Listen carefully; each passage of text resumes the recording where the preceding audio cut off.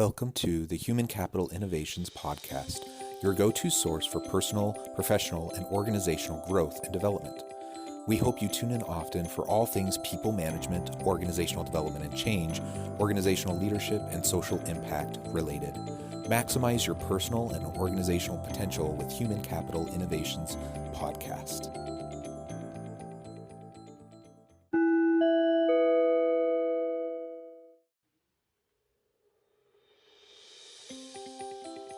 Welcome to the Human Capital Innovations Podcast.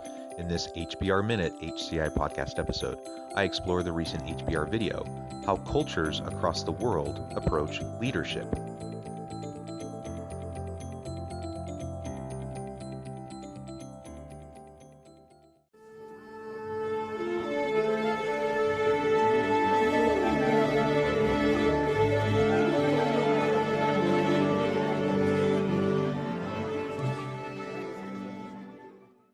Welcome back to the Human Capital Innovations Podcast.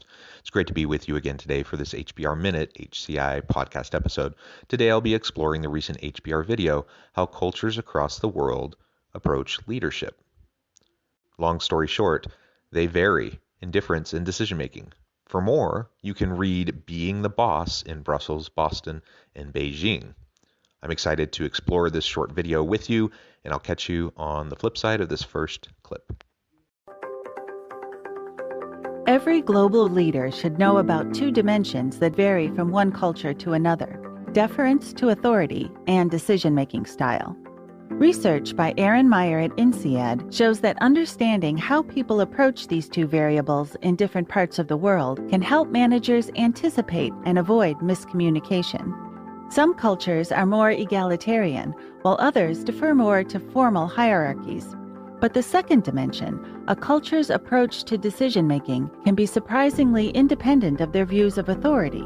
U.S. workers, for example, despite their more egalitarian culture, rely on the boss to make quick decisions that may be changed or readjusted frequently. In Germany, by contrast, more people are involved in the decision-making process up front as consensus is negotiated. Decisions take longer to be reached, and once a decision is made, it's a commitment that's not easily changed. Deference to authority and decision-making style. Now, obviously, these are just two of many factors that vary across the globe, particularly when we look at cultural factors. You may be familiar with the Big Five. There are lots of different instruments and surveys that look at variations across the globe, but these two are very, very important. Let's not forget, though, that there's also socioeconomic factors, geopolitical factors. Culture is just one piece, and various styles and approaches to leadership is really just one piece. So I want to share that by way of caveat. But that said, these two factors are extremely important. The research has borne out over and over and over again that these two are quite predictive of variations we see in organizations and how effectively organizations function. So as we go throughout this short video and break it into clips with my commentary, I'll just be exploring these specific factors, obviously recognizing that there are other pertinent factors as well that we're not going to get into in this episode. By comparing these decision-making norms to a culture's attitude towards authority, 4 basic leadership styles emerge. In cultures that are both consensual and egalitarian, decisions are often reached through lengthy, ongoing discussions. The boss is a facilitator, not the decider, and you shouldn't rush things because once a decision is reached, it will be difficult to change. So these two factors can create 4 different distinct styles.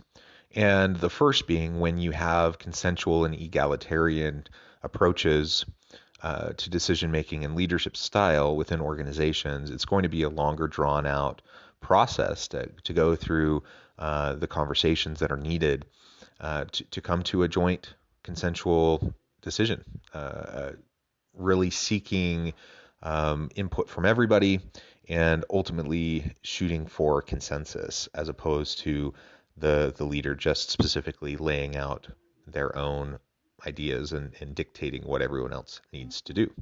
This is, of course, one distinct style, has its pros and cons.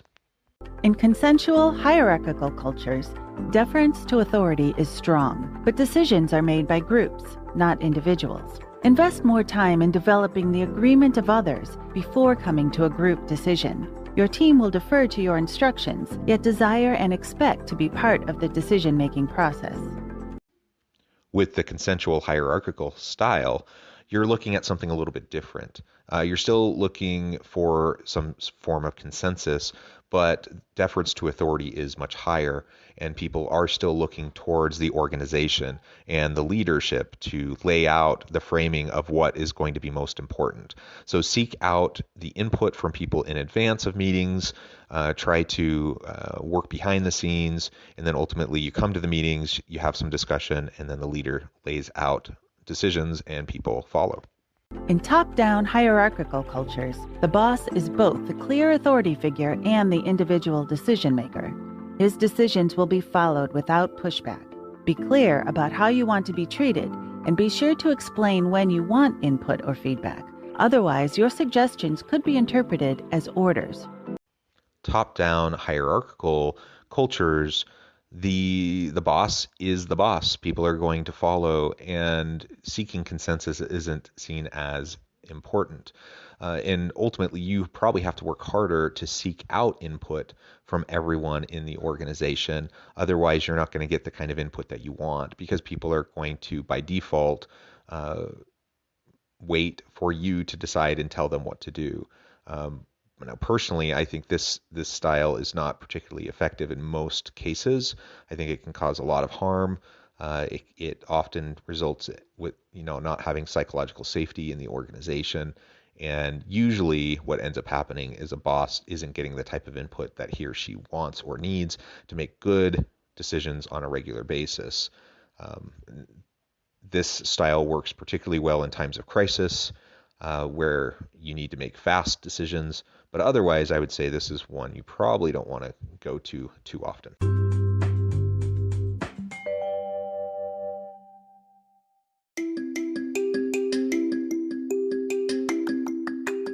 I'm excited to announce the publication of my new book from HCI Press, Bluer Than Indigo Leadership: The Journey of Becoming a Truly Remarkable Leader.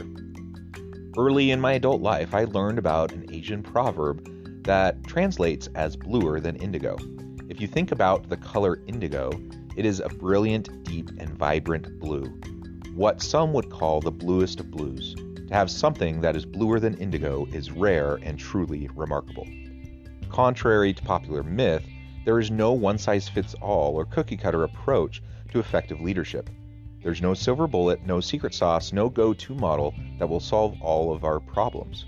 The truth is, great leaders have all had their unique strengths and flaws, and have all had to discover and then pave their own distinctive path in their life's journey to fulfill their leadership potential. Bluer Than Indigo Leadership will help you discover your own path and explore those ordinary, everyday actions that will help you respond to an uncertain future and produce extraordinary results for individuals, teams, and organizations.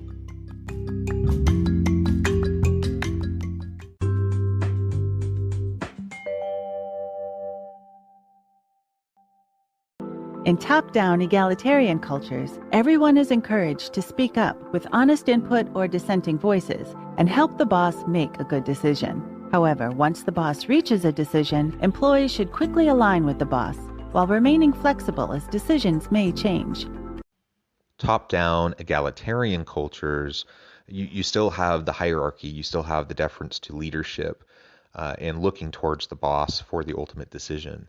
But there's going to be more consensus seeking and discussion prior to a boss laying out their vision and their marching orders for the organization and the people.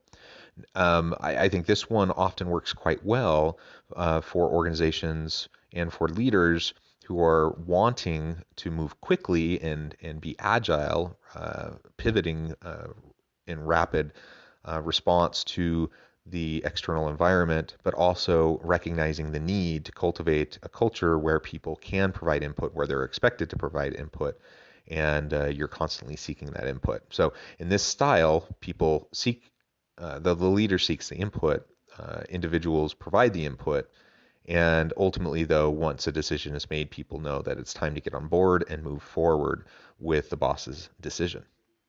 All four types of leadership are effective on their own, but a lot can go wrong when they collide.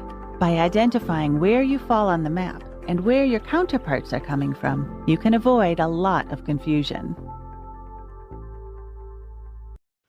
There really are pros and cons to each of these styles.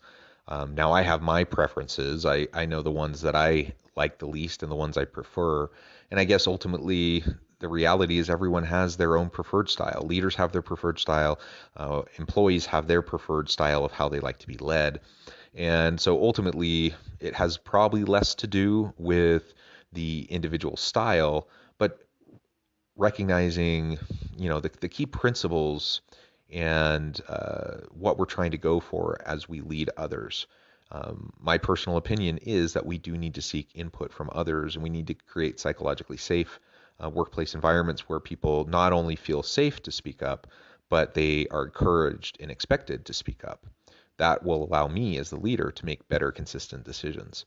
But again, regardless of my preferred style or your preferred style or how people prefer to be led, I think one of the main points in this short video is reminding us that styles often collide. Now, we don't need to be working in a cross-national team in order to have those collisions. Any individual organization, just in one location can still have those differences because preferences differ. But the challenge is even greater when you have cross-national teams, when you have a distributed workforce, and you have people with vastly different preferences. And when these styles collide, then you can have lots of miscommunication and frustrations. And so we have to be clear-eyed about the pros and cons of each. We have to be clear-eyed about our communication and how we express to our people what is expected of them when decisions are being made and the type of input that they are expected to provide or not provide in a particular circumstance. Ultimately, we need to remember the importance of navigating cultural difference with our diverse teams. We need to recognize and understand and value and honor the attitudinal and preference differences across our teams. And regardless of the specific styles that we end up choosing, we just have to seek to treat everyone with dignity and respect and help everyone to feel valued, welcomed, needed, wanted within our organization. And as I started, obviously there are many other factors that also play a huge role in terms of how organizations can be successful and how they can work cross-nationally, across cultures, geopolitical and socioeconomic differences across countries and regions of particular countries. Ultimately, it's complicated, but when we start to think of these sorts of simple taxonomies, it can be helpful as we try to make sense of these complex differences. Thanks for joining me for this episode of the Human Capital Innovations Podcast. As always, I hope you can stay healthy and safe, that you can find meaning and purpose at work each and every day, and I hope you have a great week.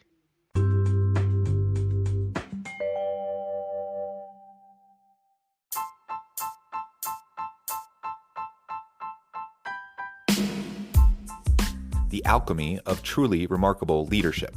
Ordinary, everyday actions that produce extraordinary results. Consider how the nature of work has shifted over the past 50 years. With increased globalization, rapid technological advancement, and the shift in economic composition, the average job of today looks very different than the average job of 50 years ago. What will the jobs and organizations of tomorrow look like? Moreover, what does this all mean for organizational leaders? What are the core competencies and capabilities of organizations and their leadership that are prepared for continued disruption and geopolitical and socioeconomic shifts? Regardless of what the future holds, increasingly, leaders need to be socially minded, data-driven, decisive, champions of talent, and disruptors of the traditional notions of leadership, teams, organizations, and work. The alchemy of truly remarkable leadership will help you to explore your own leadership competencies and capabilities and consider ways to apply and implement them into your workplace and personal life.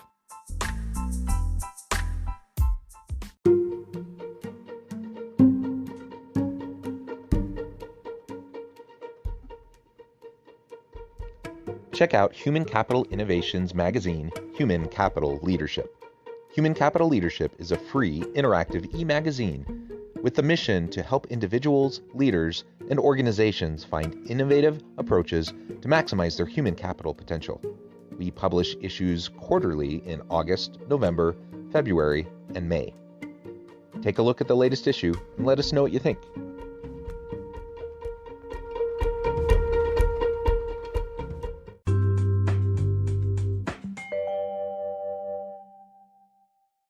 Thanks again for joining us for this episode of the Human Capital Innovations Podcast. I hope you stay healthy and safe and that you have a great week.